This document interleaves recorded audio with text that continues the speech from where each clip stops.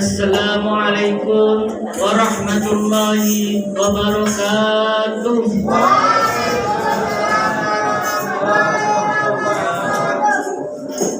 Bismillahirrahmanirrahim. Rabbi shrah li sadri wa yassir li amri wahlul 'uqdatam min lisani yafqahu qawli. Yang saya hormati pimpinan Panti Asuhan Sunan Ampel, yang saya hormati pengurus Panti Asuhan Sunan Ampel, yang saya hormati alumni Panti Asuhan Sunan Ampel, yang saya hormati Ustadz dan Ustazah Panti Asuhan Ampel, yang saya hormati mas-mas, bapak dan adik yang kami banggakan. Pertama-tama kita bacakan ucap puji syukur kehadirat Allah yang telah memberikan kita kesempatan di musola yang penuh barokah ini. Yang kedua, sholawat serta salam kita curahkan kepada baginda kita Nabi Muhammad sallallahu alaihi wasallam. Allahumma shalli alaihi. Bentar. Saya akan membawa tuntung tentang 5 kemuliaan bagi mereka yang mencintai anak yatim. Masya Allah. Rasulullah sallallahu alaihi wasallam telah memberikan contoh pada kita untuk mencintai dan menyayangi anak yatim. Terlebih dahulu adalah mereka yang masih kecil, bergantung hidup dan membutuhkan bantuan untuk menjalani kehidupannya. Untuk itu tidak heran jika Allah menjanjikan surga bagi kita yang menyantuninya. Mengertak anak yatim, mengambil anak hartanya dan memanfaatkannya tentu bukanlah hal yang diajarkan dalam Islam.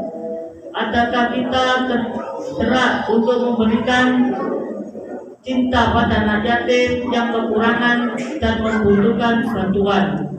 Dalam ayat-ayat Al-Quran dan hadis dari Rasulullah SAW menyampaikan banyak kemuliaan bagi mereka yang mencintai anak yatim. Tentunya kita ingin sekali mendapatkannya dan sebagai bekal untuk kehidupan kita kelak di akhirat. Berikut adalah kemuliaan bagi mereka yang mencintai dan menyantuni anak yatim.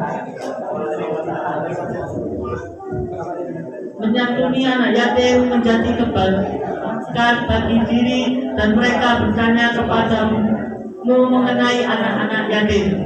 Katakanlah, perbaiki keadaan anak-anak yatim itu amat baik bagimu. Surat Al-Baqarah ayat 220.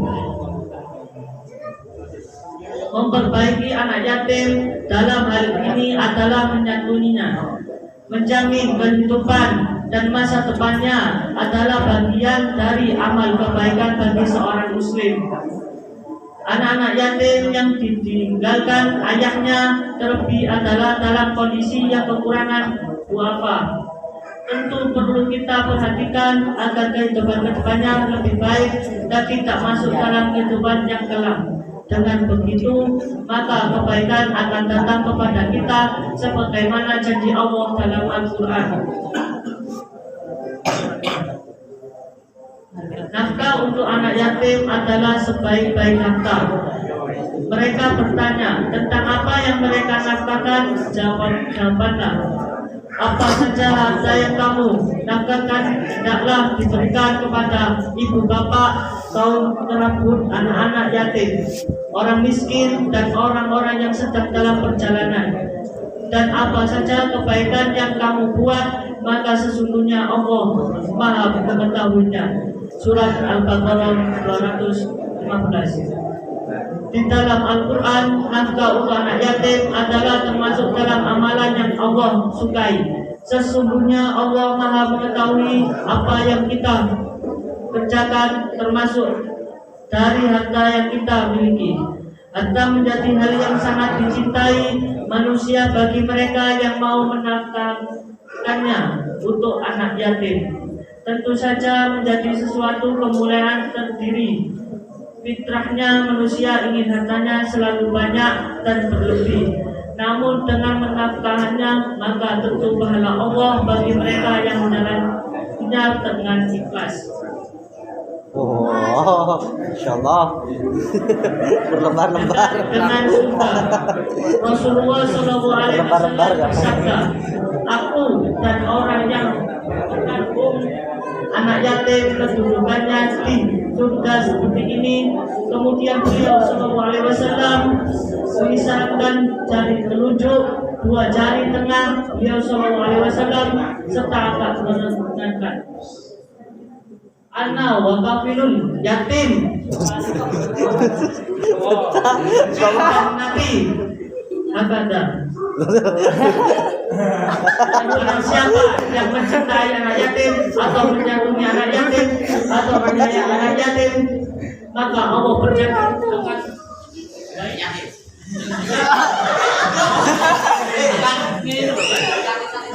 Bacaan ini yang tidak akan terpisahkan.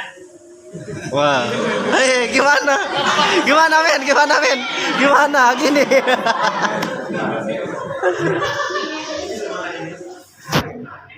Men. Jauh dari azab. Rasulullah SAW bersabda, demi Allah yang memutuskan dengan kebenaran di hari kiamat, Allah Subhanahu wa Ta'ala tidak akan mengazab orang yang mengasihi anak yatim dan berlaku rumah padanya serta manis tutur katanya.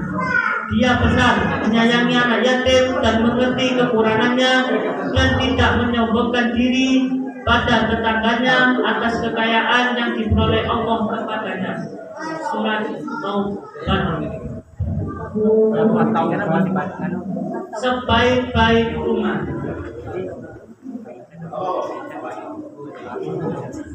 Sebaik-baik rumah di kalangan kaum muslim adalah rumah yang terdapat ada anak yatim yang diperlakukan dengan baik,